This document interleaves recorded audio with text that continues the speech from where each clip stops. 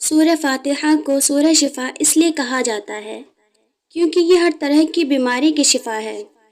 قرآن پاک کی سورت کو علماء کرام نے سب سے عظیم سورت قرار دیا ہے۔ حضور پاک صلی اللہ علیہ وسلم نے فرمایا، سورہ فاتحہ ہر مرض کی دوا ہے۔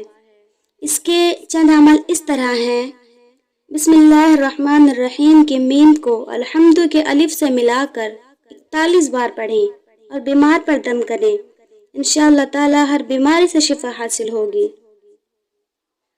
فجر کی سنت اور فرض کے درمیان 41 بار سورہ فاتحہ بسم اللہ الرحمن الرحیم کے ساتھ ملا کر پڑھی جائے تو بیماری سے شفا حاصل ہوگی۔ قرض دار کا قرض جلدی ادا ہو جائے گا، کمزور ہے تو طاقتور ہو جائے گا۔ نماز فرض کے بعد سورہ فاتحہ 125 مرتبہ پڑھی جائے تو جائز مقصد انشاءاللہ پورا ہوگا۔